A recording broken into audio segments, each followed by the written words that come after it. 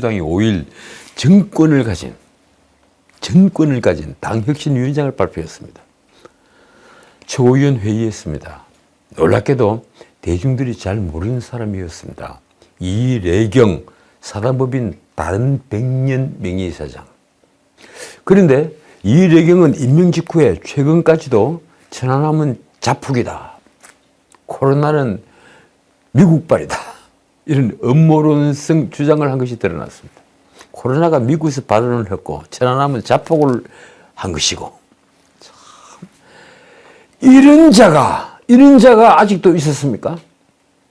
그는 그런 골수에 박힌 반미 성향과 함께 우크라이나 전쟁에 관련해서는 러시아를 옹호하는 발언을 하는 등 아주 독특한 면이 주목을 받으면서 자연스럽게 거취 논란으로 확대가 됐습니다. 도대체 이재명은 무슨 심정으로 이런 사람을 정권을 가진 혁신위원장으로 뽑았을까요? 이래경은 과거 이재명이 경기도지사 시절에 친형의 강제 입원 관련 허위 사실을 공표한 혐의로 재판을 받을 당시 이재명 지키기 범국민대책위원회 구성을 제안했다고 합니다. 참 위대한 분입니다. 이재명 지키기 범국민대책위원회를 만들자고요. 그게 드러나자 비명계에선 개딸 수준 인사를 혁신위원장에 앉혀느냐, 이렇게 말하며 즉각 처리를 요구하는 목소리가 터져나왔습니다. 한 중진 비명계 의원의 말이 전곡을 찔렀습니다. 현충일을 하루 앞두고 천안함 음모론을 주장하는 인사를 혁신위원장에 앉히고 버틸 수 있겠느냐. 그도 그럴 것이 이래경은 올해 2월 10일 자신의 페이스북에 자폭된 천안함 사건을 조작해 남북관계를 파탄낸 미 패권 세력이라는 글을 실었습니다.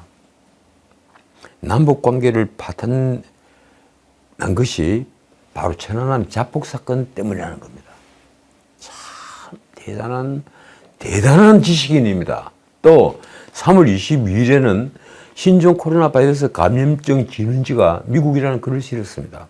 자신의 페이스북에 말입니다. 지난 5월 5일 어린이날에는 한국 대선에도 미 정보 조직들이 깊숙이 개입을 했다, 이런 이상한 음모론까지 올렸습니다. 도대체 제정신인가요? 심지어 이래경은 정부의 우크라이나 무기 지원 가능성과 관련해 윤 대통령을 윤가라고 부르며 지난 5월 2일 이렇게 썼습니다. 윤가는 늙은 여우. 이때 늙은 여우는 조 바이든을 가리키는 말입니다. 윤가는 늙은 여우의 게임에 빠져 자기 발등을 찍는 포탄을 전장터에 공급하다니.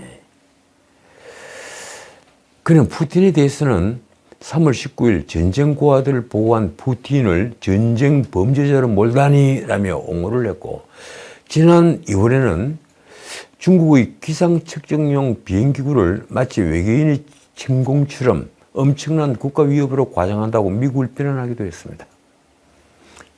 기상 측정하는 풍선을 미국 본토까지 날려버립니까?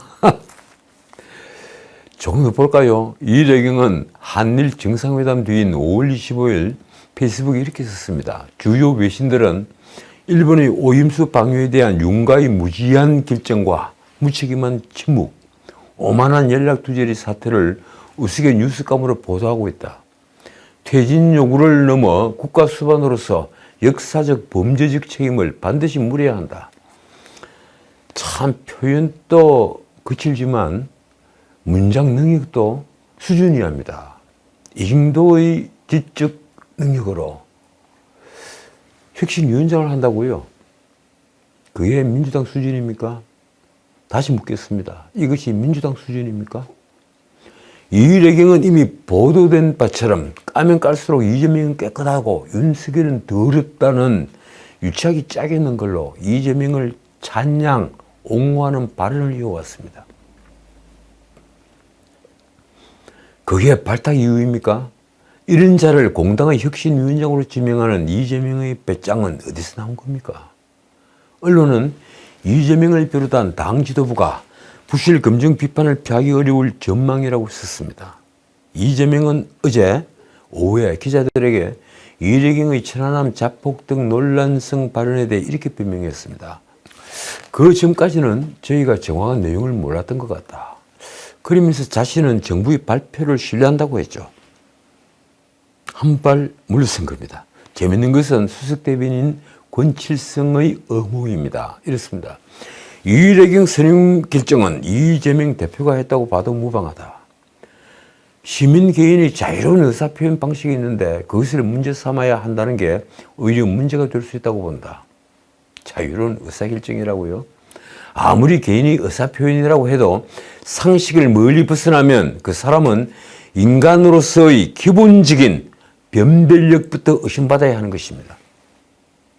어쨌든 이래경의 과거 발언과 행적은 곧장 거취 문제로 확대되었습니다. 이 친문사선 홍영표는 페이스북에 공개적으로 지명 처리를 요구했습니다. 더 큰 논란이 발생하기 전에 내정을 즉각 처리할 것을 강력히 요구한다. 언론에 나온 한 중진 의원은 이렇게 말했습니다. 호국 보훈의 달에 이런 인물을 임명하는 것은 말이 안 된다. 국민의 힘에서 이 제주 4.3 사건을 건드린 것과 무슨 차이가 있느냐. 글쎄요. 그것도 또 이상한 말이군요. 국민의힘에서는 혁신위원장이 아니라 괴담위원장이라는 비아냥이 나왔습니다. 심지어 이준석마저도 신랄한 비판을 쏟아냈더군요. 그 표현이 재미있어 여기 옮깁니다. 저런 노선으로 갈 거면 차라리 김어준 씨를 혁신위원장으로 선임하는 것이 낫다. 안병길의 말은 촌철사진이었습니다. 이 민주당이 말하는 혁신이 더 강력한 괴담들로 이재명 리스크를 묵하기 위한 이재명 보시는 아닌지 궁금하다. 정의당마저 비판 대열이 섰습니다. 당을 혁신하기 위한 기구의 장이 현재 당대표에게 편향된 인사라는 것 자체가 꼬이고 꼬여버린 민주당의 현실을 보여준다. 그게 이재명의 한계란 걸 정의당도 몰랐던 겁니까? 결국 이래경이 스스로 물러났습니다. 견디지 못했던 거죠. 이재명이 최고위원회의에서 이래경 인선을 밝힌 지 9시간여 만입니다. 이래경이 사이에서 밝힌 변명이 이렇습니다. 사인이 지닌 판단과 의견이 마녀사냥식 정정의 대상이 된 것에 매우 유감스럽게 생각한다. 이 말 평가하기도 싫습니다. 이재경의 사퇴 발표 후 이재명은 그 뜻을 존중하기로 했다고 말했지만 이 지도력을 의심받게 된 것은 이제 어쩔 수 없게 됐습니다.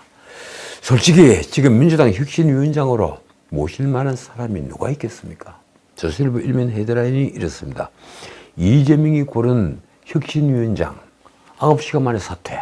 중앙일보는 헤드라인에서 더 한 발 나아가서 이재명 자충수 이렇게 썼습니다. 이래경에게 가장 먼저 던져진 질문은 바로 천안함 자폭 괴담입니다. 도대체 그는 천안함 자폭설을 누구에게서 들은 걸까요? 왜 대한민국이 천안함을 자폭시켰겠습니까? 참 이해되지 않은 생각들입니다. 이래경의 그런 주장이 논란을 빚자 천안함 피폭 당시에 함장이었던 최원일 씨는 5일 이재명이 당 혁신위원장으로 이래경을 추대한 데 대해서 현충일 선물 잘 받았다며 불쾌한 감정을 드러냈습니다. 저 같으면 곧장 욕설을 썼을지도 모르겠습니다. 그가 페이스북에 쓴 글이 이렇습니다. 민주당 대표님, 현충일 선물 잘 받았다. 오늘까지 입장을 밝혀주시고 연락을 바란다. 해촉 등 조치 연락 없으면 내일 현충일 행사장에서 천안함 유족, 생존 장병들이 찾아뵙겠다. 자, 전일 전 함장은 법적 대응 의사까지 밝혔죠.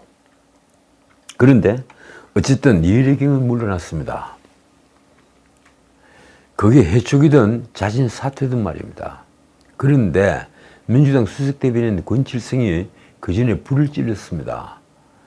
그가 기자들에게 직접 한 말입니다. 부하들 다 죽이고 의의가 없다. 무슨 다짝으로 그런 얘기를 한 건지 이해가 안 간다. 권칠성은 원래 함장은 배에서 내리는 게 아니지 않느냐는 말도 했습니다.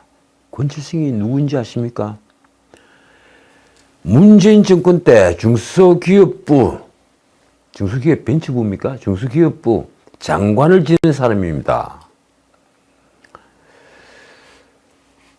천안함과 함께 왜 죽지 않았느냐 이렇게 힐난하고 추궁하는 것처럼 들리는 말입니다.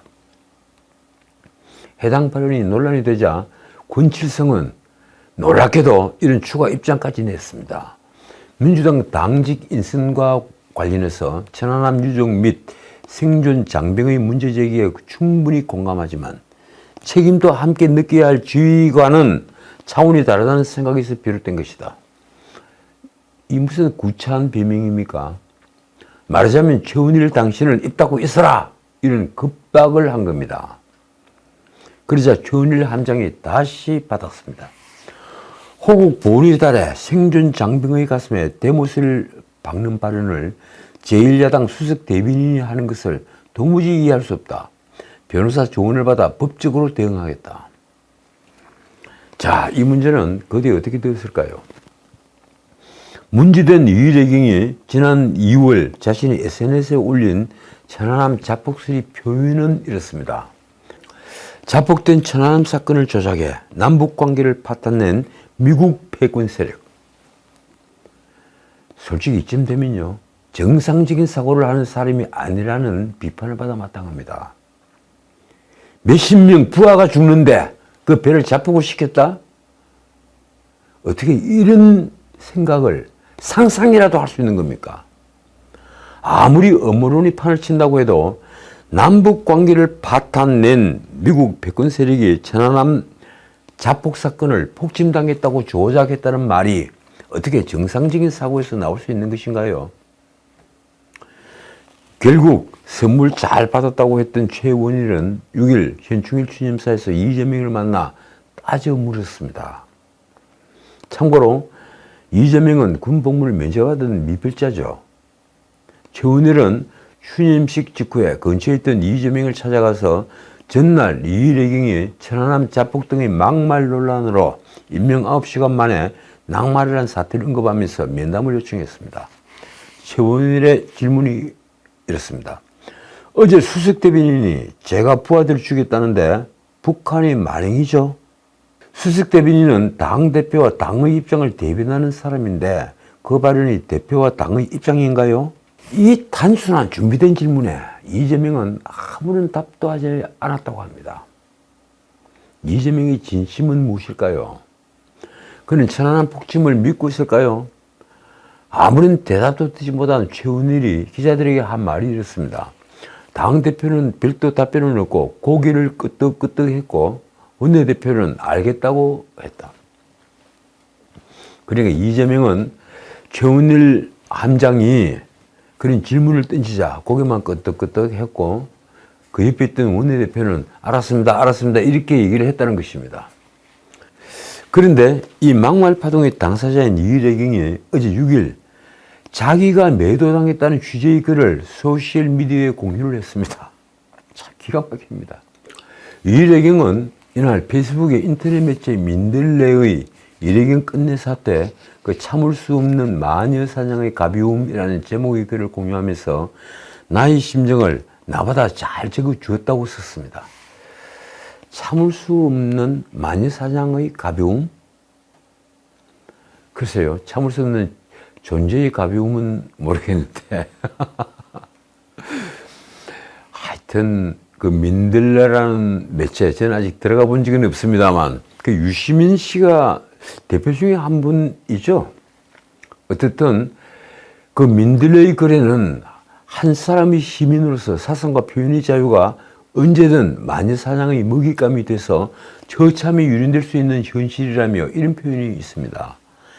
이명박 정부 때 발생한 천안함 침몰이라는 초유의 사건을 둘러싸고는 언론을 비롯한 각계에서 숱한 의문이 제기되어 왔는데 이 이사장 글의 한 토막만을 들어 지나치게 단정짓고 성급하게 매도한 측면도 있다. 참 기가 막히는 옹호입니다. 천안함 폭침을 둘러싸고 논란이 아주 심한 만큼 철저히 조사가 이루어졌습니다. 그렇지 않습니까? 전 세계가 주목하고 있는 진실이었습니다. 그런데도 이제 와서 자폭이라는 말을 한다고요? 그게 가능하다는 얘기입니까? 일이 이렇게 돌아가자 국민의힘은 6일 최은일 함장을 부하들 다 죽이고 의의가 없네라고 했던 권칠성 민주당 수석 대변인을 집중 공격했습니다. 대표 김기현은 6일 현충일 추념식 뒤에 페이스북에 이렇게 썼습니다. 천안함은 자폭한 것이라고 주장하는 인물을 민주당 혁신위원장으로 임명한 이재명부터 천안함 함장은 무슨 낯짝이라며 부하들 다 죽이고 어이가 없네라는 막말로 호구 경영들을 모독한 권칠성까지 민주당 지도부의 행태에 많은 국민들이 분노하고 있다. 그 뒤에 김 대표는 권칠성에 대한 징계를 요구했습니다. 이재경 혁신위원장의 사태로 끝날 해프닝이 아니다. 이재명 대표의 사죄와 그리고 권칠성 수석 대변인에 대한 중징계를 요구한다. 수석 대변인 강민국 그리고 원내대변인 장동혁 등도 권칠성은 천안함 장병들과 유족은 물론 국민을 향해 대못을 박았다며 대변인 사퇴를 주장했습니다. 수많은 비판 중에서 김웅 의원이 페이스북에 쓴 글이 제게는 유난히 눈에 띄었습니다. 그렇습니다. 권칠성 씨, 부하의 죽음에 책임을 져야 한다는 말은 그 누구보다 먼저 이재명 대표에게 해라. 이런 막말까지 나오는 것을 보니 이제 민주당은 윤리성의 특이점을 건너간 것 같다. 그렇습니다. 부하의 죽음에 책임을 져야 할 사람은 제가 보기에도 따로 있는 것 같습니다. 그렇지 않습니까? 함장의 배와 운명을 같이 하는 경우는 이처럼 폭침을 당한 경우가 아닙니다. 책들 좀 읽어보십시오. 수많은 사례들이 있습니다. 최은일 함장은 누구보다 최선을 다한 함장이었습니다. 그래서 국민의힘은 책임도 함께 느껴야 할 지휘관은 차원이 다르다는 생각에서 비롯된 것이라는 권칠성의 해명에도 국회 윤리특별위원회 제소 등 후속 조치에 나선다는 방침입니다. 자, 때마침 언론에는 이를 키우는 민주당의 입이라는 기사가 났더군요. 그 기사에서 과거 고비 때마다 논란이 중심에 있었던 민주당 대변인들을 거론했습니다. 제가 한 두 개만 드리겠습니다. 이 권칠성이 천안함 함장은 무슨 낯짝으로 그런 얘기를 한 건지 부하를 다 죽이고 어이가 없다. 원래 함장은 배에서 내리면 안 된다고 발언을 한 것은 백브리핑을 마치고 이동을 하던 중에 기자들에게 나온 발언이라고 합니다. 그러나 당내에서는 문재인 정부 때 이 중소벤처기업부 장관까지 지낸 재선 의원이 현충일을 앞두고 최은일 함장을 공격한 것은 부적절했다는 반응이 나왔습니다. 권칠성은 지난 3월 당직 개편 때 이재명의 당평 차원으로 수석 대변인에 발탁을 한 사람이죠. 민주당엔 위기 국면마다 대변인 발언이 화를 키운 전례가 있습니다. 말씀드린 대로 한두 개만 거론하겠습니다. 2020년 2월 코로나 확산 국면에서 홍익표는 대구 경북 지역에 봉쇄 조치라는 표현을 썼죠. 그때 특정 종교와 연관되어서 코로나가 확산이 되니까 봉쇄를 하겠다 해서 봉쇄 조치를 언급을 했습니다. 그 직후에 문제가 커지자 수석 대변인에서 사퇴를 했습니다. 그는 고위 당정청 협의회 결과를 브리핑하며 대구 경북에 대한 최대한의 봉쇄 조치 이렇게 언급을 했다가 다음날 곧장 사퇴를 했죠.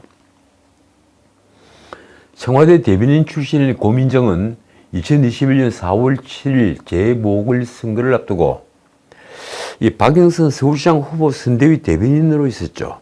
그때 피해 호소인이라는 용어를 사용했다가 논란을 불렀습니다. 당시 서울시장 보궐선거는 고 박원순 시장 때문에 벌어진 선거였죠.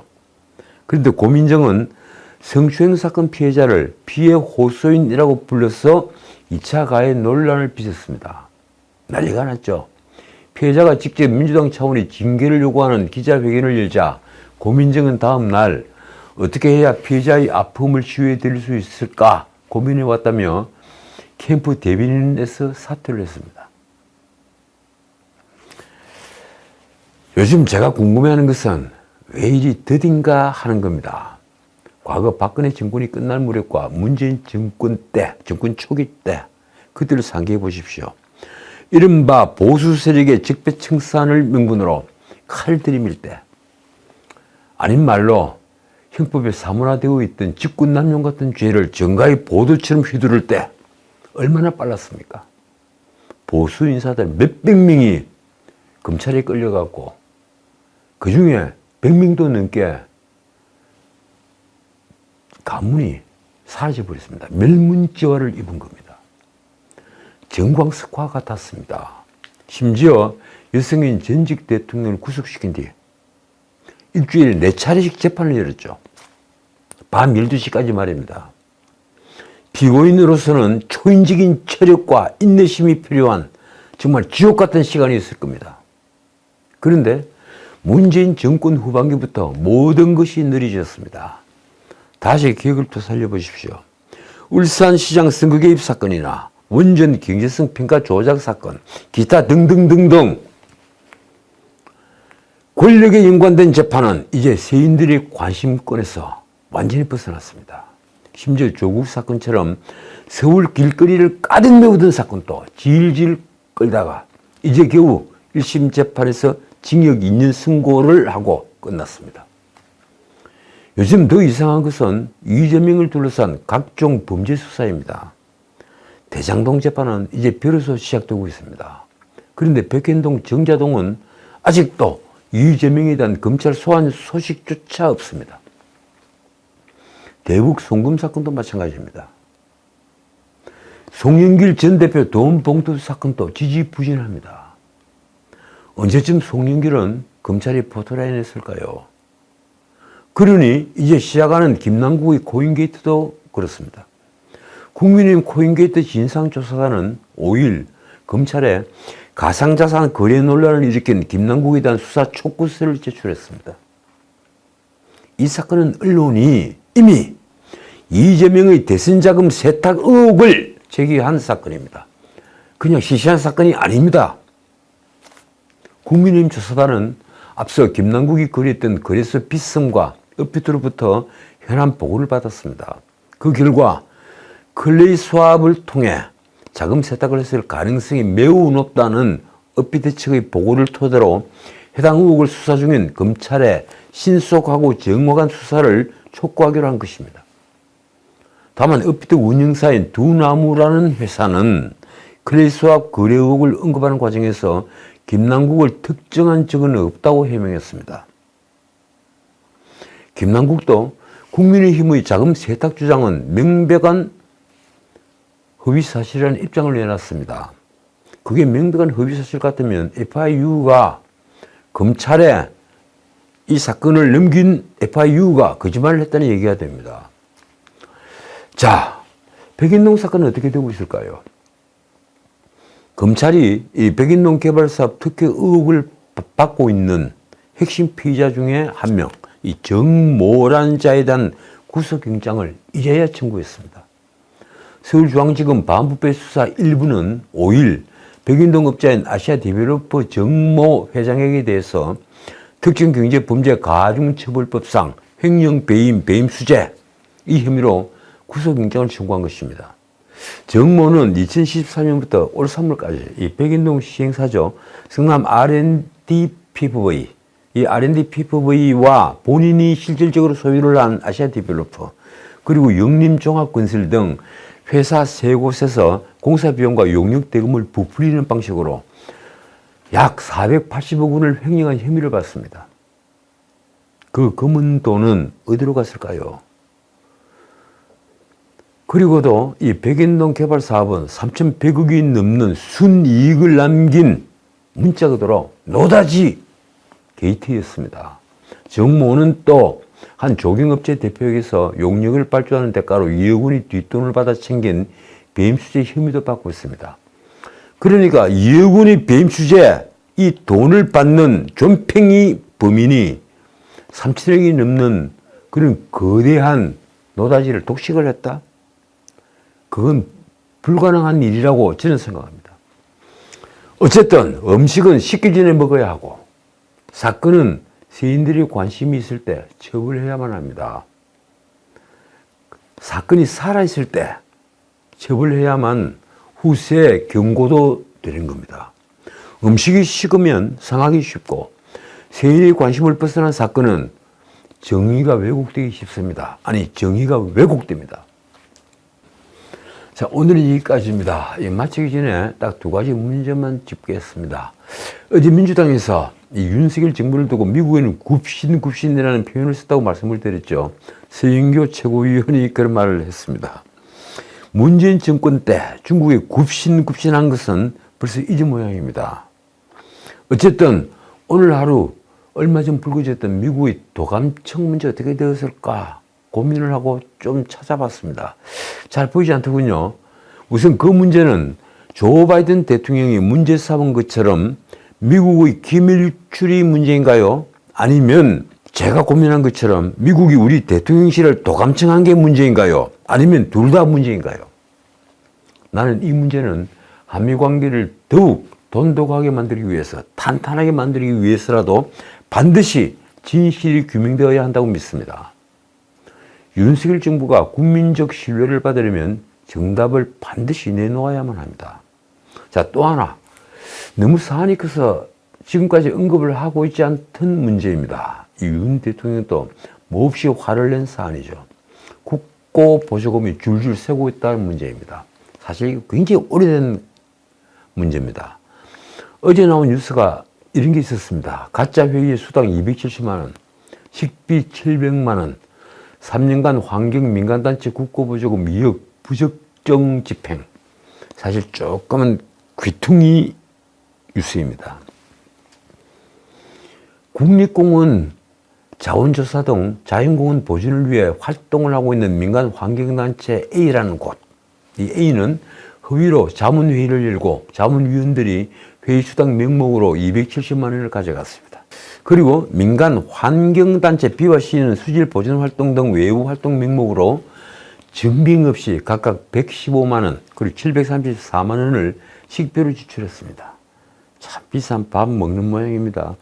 최근 3년간 환경 관련 비영리 민간단체에 지급이 된 국고보조금 약 1억 9,300만 원이 원래 용도와 다르게 지급되는 등 부적절하게 사용된 것으로 드러났다는 뉴스입니다.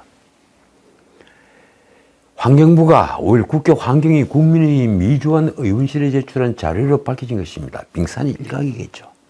2020년부터 2022년 그러니까 요 3년간 환경부 소관 비영리 민간단체 412곳에 지급된 보조금은 무려 373억 원인데 이를 조사하니 보조금을 원래 용도와 다르게 사용하거나 과다하게 지급하거나 아니면 사업 선정이 미비했던 경우 등은 모두 28건이었습니다.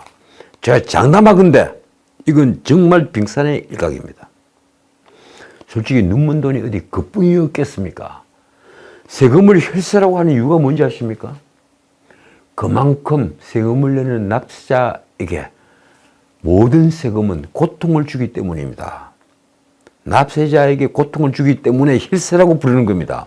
그런데 그런 돈을 함부로 쓰는 자를 저는 정말 용서할 수 없습니다. 광장에 단두대가 필요한 이유입니다. 지금까지 전원책이었습니다.